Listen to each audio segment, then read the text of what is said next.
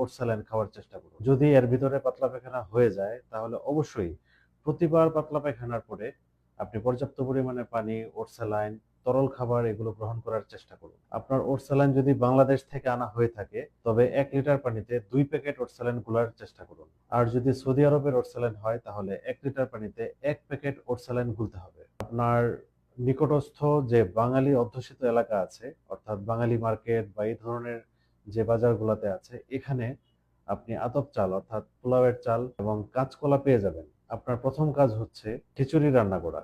পোলাওয়ের চাল, কাঁচকলা এগুলো দিয়ে খিচুড়ি রান্না করে খাওয়া। সাথে আপনি মুরগির মাংস খেতে পারেন। আর এই সময় আপনার কিছু খাবার থেকে বিরত থাকতে হবে। যেরকম দুধ এবং ডিম থেকে তৈরি খাবার, পাশাপাশি মাছ এবং বিভিন্ন রকমের শাকসবজি ও ফলমূল এগুলো খাবার থেকে বিরত থাকতে হবে।